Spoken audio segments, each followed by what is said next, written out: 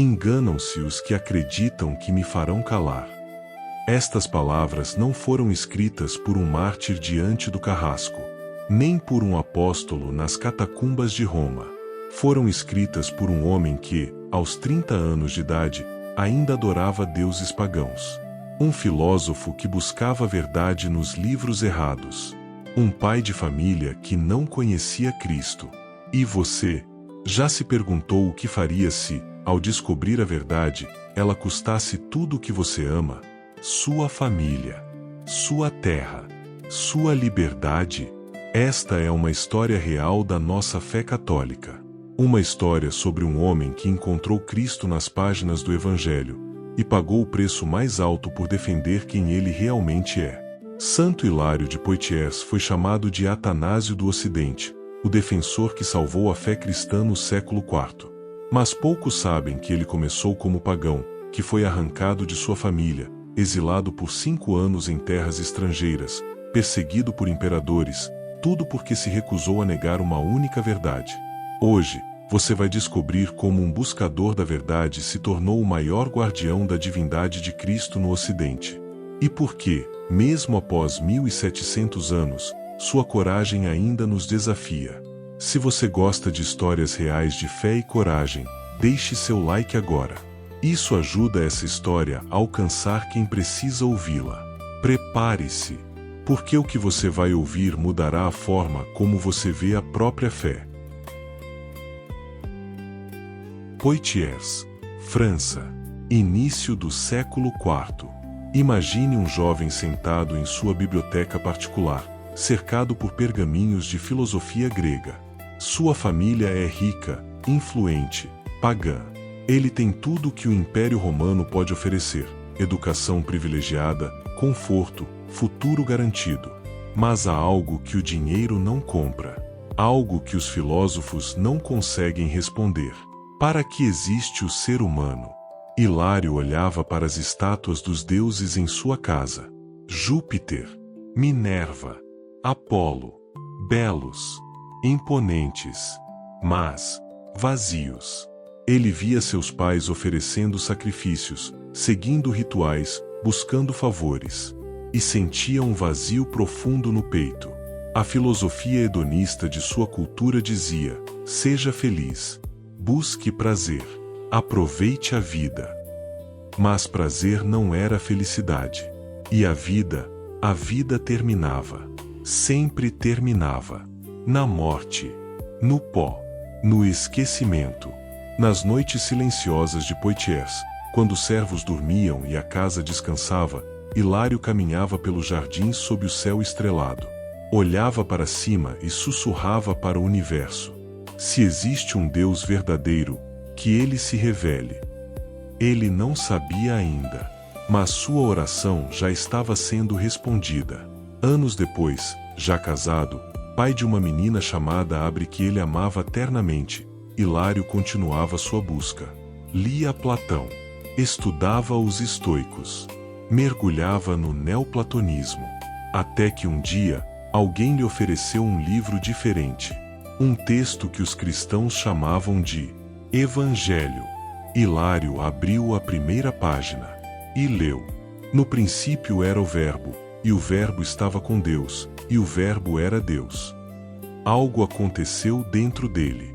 Como se uma porta trancada há anos se abrisse de repente. Como se uma luz entrasse em um quarto escuro. Ele continuou lendo, página após página, noite após noite. E o Verbo se fez carne e habitou entre nós. Ali estava a resposta que ele buscava. Não um Deus distante, indiferente, de mármore frio, mas um Deus que se tornou homem, que desceu, que sofreu, que amou. Um Deus que era, ao mesmo tempo, completamente divino e completamente humano. Hilário fechou o livro. Suas mãos tremiam. Lágrimas desciam por seu rosto. Ele finalmente sabia o sentido da vida, o destino do homem, a verdade que os filósofos não conseguiam alcançar. Aos 30 anos, Hilário, sua esposa e sua pequena Abre desceram as águas do batismo. Juntos. como família. Ele havia encontrado a verdade, mas não sabia ainda que defendê-la custaria tudo, porque enquanto Hilário celebrava sua nova fé em Poitiers, uma sombra mortal se espalhava pelo império.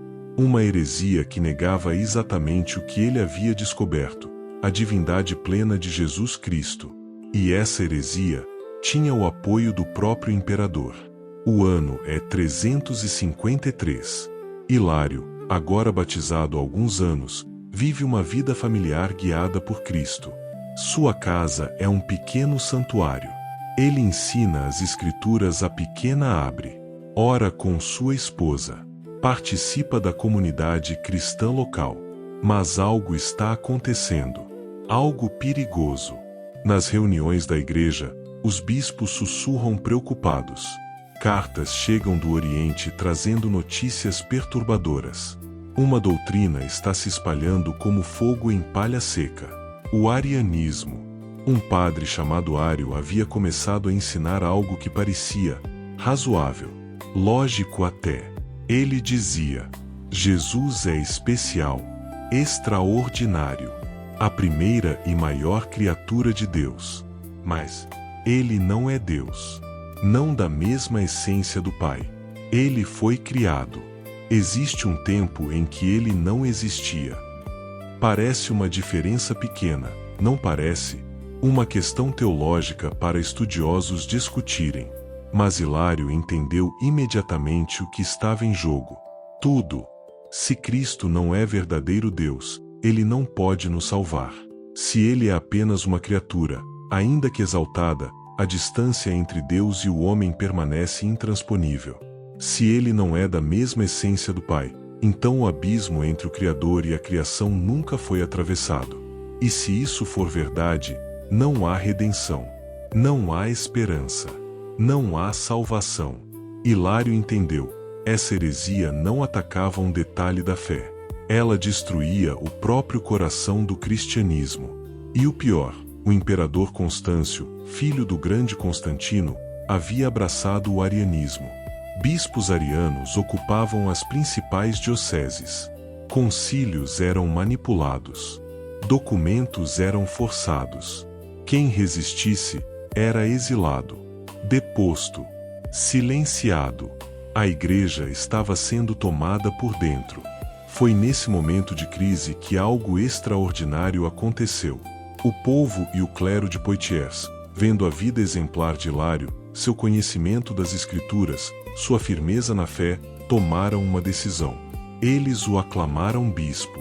Hilário ficou em silêncio por longos momentos. Ele sabia o que isso significava. Um bispo elevado de sua condição tinha que, obrigatoriamente, abandonar a vida conjugal, deixar sua esposa, separar-se de Abre, sua amada filha. E mais, aceitar significava entrar na linha de frente da batalha, confrontar a heresia, enfrentar o império. Hilário olhou para sua esposa. Ela assentiu em silêncio, lágrimas nos olhos. Olhou para Abre, tão pequena, tão inocente. E então olhou para o crucifixo em sua parede. Se Cristo entregou tudo por nós, como posso eu recusar? Ele aceitou. Foi consagrado bispo de Poitiers. E imediatamente começou sua missão: defender a divindade de Cristo. Pregar, escrever, debater, enfrentar os hereges em cada encontro, em cada concílio, em cada carta. Debate após debate, polêmica após polêmica, sua defesa da fé ortodoxa se tornou conhecida em toda a Gália. O respeito por sua coragem e sabedoria crescia, mas também crescia a ira daqueles que queriam silenciá-lo. Em Arles, um bispo ariano chamado Saturnino observava Hilário com olhos cheios de ódio, e começou a arquitetar um plano que arrancaria Hilário de sua terra, de seu povo, de tudo que ele conhecia, e o enviaria para o exílio, nas terras distantes da Frígia. Ano 356. Um oficial imperial chega a Poitiers com um decreto selado. O imperador Constâncio ordena: Hilário de Poitiers é acusado de traição à verdadeira fé. Será exilado imediatamente. Saturnino de Arles havia conseguido. Suas acusações falsas, seus sussurros no palácio imperial, haviam funcionado. Hilário teve poucas horas para se despedir. Abraçou sua esposa, sabendo que não haveria como esposo novamente. Segurou Abre nos braços, sentindo o peso daquele pequeno corpo pela última vez como pai presente. Pai, por que você precisa ir? Como explicar a uma criança que a verdade custa tudo? Que defender Cristo pode significar perder tudo o que se ama? Hilário beijou sua testa e partiu. A jornada para a Frígia, na atual Turquia, durou semanas. Cada quilômetro o afastava de tudo que conhecia. Da Gália verde e familiar para terras estrangeiras, língua desconhecida, rostos diferentes. Os arianos pensaram que haviam vencido, que o silêncio do exílio calaria aquele bispo incômodo. Mas eles não conheciam Hilário. Porque o que deveria ser uma prisão, tornou-se uma escola. Hilário chegou à Frígia e encontrou algo inesperado. Estava no coração do cristianismo oriental. As comunidades mais antigas. Os manuscritos originais em grego. Os grandes padres da Igreja do Oriente. Pela primeira vez, Hilário teve acesso aos escritos de Orígenes, aos tratados dos padres gregos, às liturgias orientais que remontavam aos próprios apóstolos. Ele não falava grego. Então aprendeu. Sozinho. Com fome de conhecimento. Enquanto seus inimigos esperavam que ele definhasse no esquecimento, Hilário estudava, lia, orava, escrevia. Imagine-o, sozinho em uma cela simples, à luz de uma vela que tremula. Manuscritos gregos abertos diante dele. Uma pena em sua mão. Tinta fresca. E ele escreve. Escreve sem parar. Nascia ali sua obra-prima, de Trinitate, sobre a Trindade. O tratado mais profundo e completo sobre o dogma central da fé cristã escrito até então no Ocidente. Página após página, ele demonstrava com lógica implacável, com exegese bíblica profunda, com paixão ardente, Jesus Cristo é verdadeiro Deus, da mesma essência do Pai. Não criado, mas gerado eternamente. Não inferior, mas igual em divindade. Mas Hilário não parou aí. No exílio, sem medo de represálias, ele escreveu algo que deixaria qualquer homem comum apavorado. Tratados contra o próprio imperador Constâncio. Denúncias públicas escritas. Acusações diretas. Contra Constâncio. Contra Auxêncio. Ele acusou o imperador de interferir nos assuntos sagrados da Igreja, de manipular concílios, de perseguir bispos fiéis, de ser, na verdade, um inimigo da verdadeira fé. Se essa coragem está tocando você, deixe nos comentários, palavra livre. É assim que vamos saber que essa história precisa ser contada a mais pessoas. 5 anos. 5 longos anos longe de casa. Mas Hilário não perdeu tempo lamentando. Ele transformou o deserto em jardim, a prisão em universidade, o silêncio forçado em trovão escrito. Suas obras começaram a circular, copiadas, enviadas secretamente, lidas em toda a igreja. Bispos que vacilavam encontravam coragem em suas palavras. Fiéis confusos encontravam clareza em seus argumentos. O exílio que deveria calá-lo multiplicou sua voz. E então, algo surpreendente aconteceu. Os próprios bispos arianos do Oriente, incomodados com a influência crescente de Hilário mesmo no exílio, foram até o imperador com uma petição inusitada. Majestade, mande-o de volta para a Gália. Sua presença aqui está causando mais problemas do que sua ausência causava lá.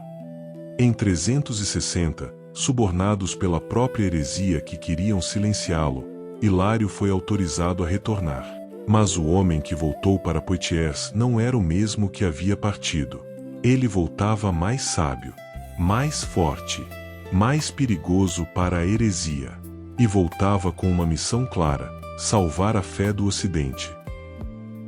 Poitiers, ano 360. A notícia se espalha pelas ruas como vento de primavera. O bispo está voltando. Hilário está voltando. 5 anos. 5 anos de ausência. 5 anos de saudade. Quando Hilário atravessa as portas da cidade, não encontra silêncio. Não encontra indiferença. Encontra uma multidão. Povo, clero, crianças, idosos, todos nas ruas, todos chorando de alegria. Ele não foi recebido como um exilado que retorna envergonhado. Foi recebido como um herói que volta vitorioso. Porque eles entenderam. Todos entenderam. Hilário havia sido arrancado deles por defender a verdade. E agora retornava mais forte, mais sábio, mais santo. Um triunfo. Mas Hilário não voltou para descansar. Não voltou para receber honras. Voltou para lutar. A heresia ariana ainda dominava vastas regiões. Bispos ainda vacilavam. O imperador ainda apoiava o erro. A batalha não havia terminado. Ela estava apenas começando de verdade. Hilário retomou suas atividades pastorais com vigor renovado. Mas agora, ele não estava sozinho. Um jovem chamado Martinho, que seria futuramente o grande São Martinho de Tours, juntou-se a ele. Sob a direção espiritual de Hilário, Martinho fundou em Ligugé o primeiro mosteiro da Gália. Um centro de oração, de estudo, de formação. Um quartel-general espiritual para combater a heresia não apenas com palavras, mas com santidade viva. Hilário entendia: a heresia não seria vencida apenas em debates teológicos.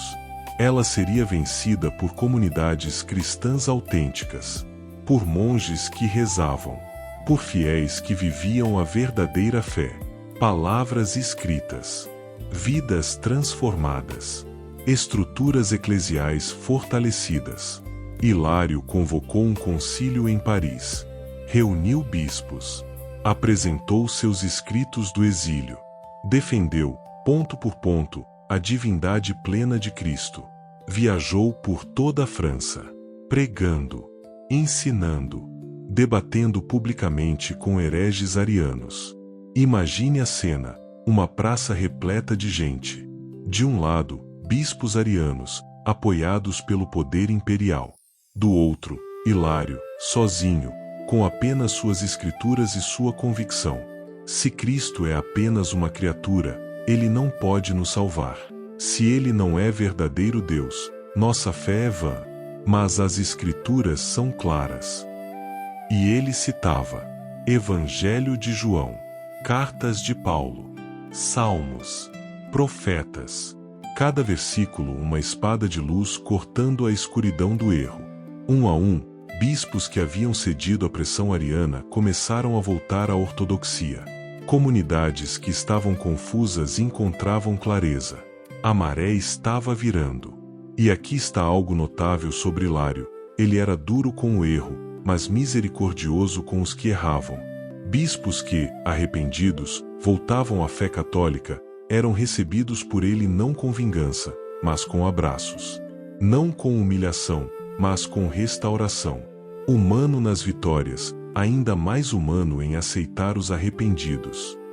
Fascinado pela beleza da liturgia oriental que conhecera no exílio, Hilário trouxe algo novo para o Ocidente: hinos litúrgicos com conteúdo doutrinal. Ele compôs cantos que o povo podia cantar, melodias que carregavam teologia. Porque ele entendia: o que cantamos, cremos. O que rezamos, nos torna. Lex orandi, lex credendi, a lei da oração é a lei da fé. E em meio a toda essa batalha pela fé, Hilário não esqueceu sua família. Sua amada Abre crescera. E quando chegou o tempo, foi o próprio Hilário, seu pai e bispo, quem ministrou seu sacramento do matrimônio. Sua esposa, com seu auxílio e bênção, ingressou em um mosteiro, dedicando-se totalmente a Deus. Ele havia perdido sua família para ganhar a igreja. Mas Deus lhe permitiu continuar amando os seus de maneira transfigurada. Mas conforme os anos passavam, Hilário sabia, sua batalha estava chegando ao fim. Não porque a heresia havia sido totalmente vencida, mas porque seu tempo na terra estava se esgotando. Ele havia dado tudo, escrito tudo, lutado todas as batalhas. Agora, restava apenas uma coisa: entregar sua vida de volta àquele por quem ele a havia vivido. Ano 367. Hilário sente o peso dos anos, o cansaço das batalhas, mas também sente algo mais, a paz de quem cumpriu sua missão. E ele sabia, sua última e maior lição ainda estava por vir, não em como viveu, mas em como morreria. Poitiers, 367. Hilário está velho agora. Sua barba, antes castanha, é completamente branca. Suas mãos, que escreveram milhares de páginas defendendo Cristo, tremem ligeiramente quando segura a pena. Mas seus olhos ainda ardem com o mesmo fogo de quando leu pela primeira vez o prólogo de João. Ele caminha lentamente pelos corredores de sua residência episcopal, para diante de uma janela. Olha para Poitiers, a cidade que ele amou, pela qual lutou, da qual foi arrancado e para a qual retornou vitorioso. Tantos anos, tantas batalhas, tantas lágrimas, tanto sangue derramado pela igreja. Ele pensa em Saturnino de Arles, que o acusou falsamente, já morto. Ele pensa no imperador Constâncio, que o exilou, também já morto. Ele pensa nos bispos arianos que tentaram silenciá-lo, muitos já convertidos, outros já partidos. E então Hilário sorri, um sorriso cansado, mas vitorioso, porque ele entendeu, desde o princípio, uma verdade que seus inimigos nunca compreenderam. Homens morrem, impérios caem, heresias se esvaem como névoa ao sol, mas a palavra de Deus permanece para sempre. Ele olha para sua estante. Ali estão suas obras. De Trinitate. Os comentários sobre os Salmos. O comentário sobre Mateus, o primeiro em língua latina. Contra Constâncio. Contra Auxêncio. Dezenas de cartas. Hinos litúrgicos. Pergaminhos que atravessariam séculos. Palavras que formariam gerações de teólogos. Argumentos que seriam usados em concílios futuros. E Hilário se lembra do que escreveu da prisão, quando tudo parecia perdido. Enganam-se os que acreditam que me farão calar. Falarei pelos escritos e a palavra de Deus, que ninguém pode aprisionar, voará livre. Ele havia falado, e a palavra havia voado livre, mais livre do que seus perseguidores jamais imaginaram. Hilário senta-se à sua mesa uma última vez. Pega um pergaminho novo e começa a escrever palavras que resumem toda sua teologia, toda sua vida, toda sua paixão. Deus não sabe ser nada mais, senão amor. Não sabe ser outra coisa, senão Pai. Quem ama não é invejoso. Quem é Pai o é na sua totalidade. Este nome não admite acordos, como se Deus fosse Pai em certos aspectos e não em outros. Era isso. Sempre foi isso. A batalha contra o arianismo não era apenas sobre teologia abstrata. Era sobre o coração de Deus. Se o Filho não é plenamente divino, então a paternidade de Deus é incompleta. Se Cristo é inferior ao Pai, então Deus não é totalmente amor, totalmente doação, totalmente Pai. Mas Hilário havia passado a vida inteira defendendo a verdade gloriosa. Deus é Pai plenamente. Ama completamente. Doa-se totalmente. E essa doação perfeita, eterna, é o Filho, tão Deus quanto Pai, da mesma essência, da mesma glória. Naqueles últimos dias de 367, algo extraordinário aconteceu.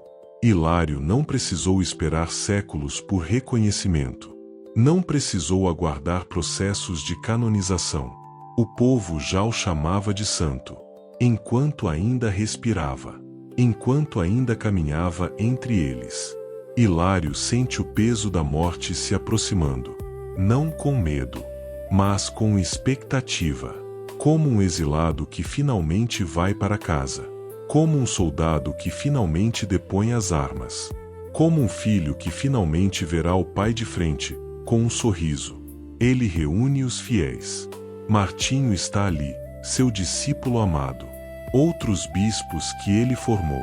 O povo de Poitiers, que o ama. E Hilário fala suas últimas palavras, não de derrota, mas de vitória. Guardei a fé. Defendi a verdade. Agora vou ver aquele que defendia a vida toda. Cristo, verdadeiro Deus, verdadeiro homem. E ele fecha os olhos. Ano 367. Santo Hilário de Poitiers entrega sua alma a Deus. Imediatamente, o povo clama: Santo, Santo Hilário. Não houve investigações. Não houve processos. A santidade era tão evidente que a aclamação foi instantânea. Seus escritos foram preservados, copiados, traduzidos, publicados séculos depois por Erasmo de Roterdã, estudados em universidades, citados em concílios ecumênicos. O Papa Pio IX, séculos depois, confirmou o que o povo já sabia: Hilário era santo. E mais, era doutor da Igreja, mestre da fé universal, luz que ilumina a Igreja até hoje. E aquela frase que ele escreveu na prisão tornou-se profecia, porque a palavra de Deus que ele defendeu, realmente ninguém pôde aprisionar. Ela voou livre, atravessou o Império Romano, sobreviveu à queda de Roma, iluminou a Idade Média, chegou até nós, hoje, em 2025, quase 1700 anos depois. E agora, neste momento, você que ouve esta história, precisa fazer uma escolha. A mesma escolha que Hilário fez quando leu o Evangelho pela primeira vez. A mesma escolha que ele fez quando aceitou ser bispo, sabendo o preço. A mesma escolha que ele fez no exílio, quando poderia ter se calado mas escolheu escrever. Você defenderá a verdade, mesmo que custe tudo. Então, o que fazemos com essa história? Santo Hilário de Poitiers não é apenas um nome em um calendário litúrgico.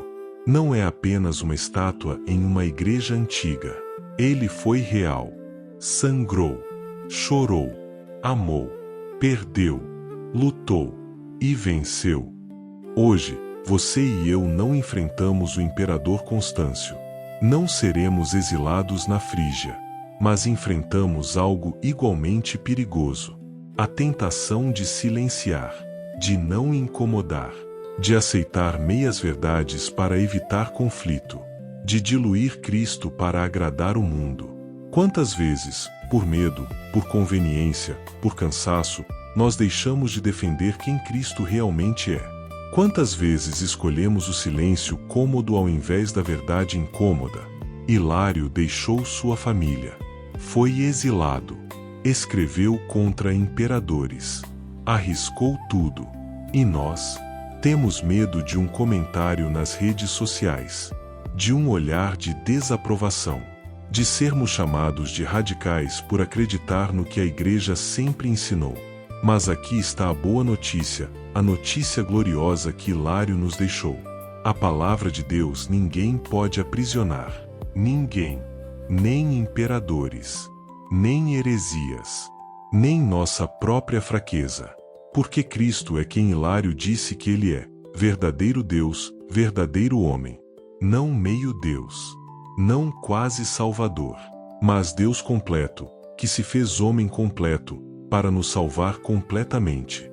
E se isso é verdade, e é, então nada pode nos vencer. Porque aquele que está em nós é maior do que aquele que está no mundo. Feche os olhos por um momento, agora mesmo, e pergunte a si mesmo: eu realmente creio que Jesus Cristo é Deus?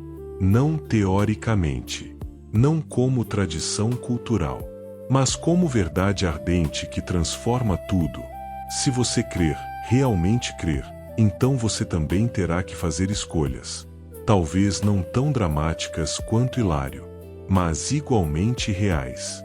defender a fé quando todos calam, viver com pureza quando todos cedem, amar com sacrifício quando todos escolhem conforto, proclamar Cristo quando todos preferem silêncio. Santo Hilário de Poitiers viveu e morreu por uma única verdade: Cristo é Deus. Completamente, eternamente, gloriosamente. E essa verdade mudou o mundo. Pode mudar o seu também. Se essa história tocou você, se a coragem de Hilário te inspirou, deixe seu comentário. Conte pra gente, o que mais te impactou nessa história? Compartilhe este vídeo com alguém que precisa conhecer esse santo incrível. Porque histórias assim não podem ficar guardadas.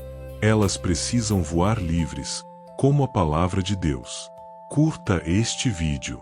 Inscreva-se no canal e ative o sininho, porque toda semana trazemos histórias reais de fé, de santos, de homens e mulheres que mudaram o mundo por amor a Cristo. E lembre-se sempre da profecia de Santo Hilário. A palavra de Deus ninguém pode aprisionar. Ela voará livre. Que ela voe livre em sua vida também. Santo Hilário de Poitiers, rogai por nós.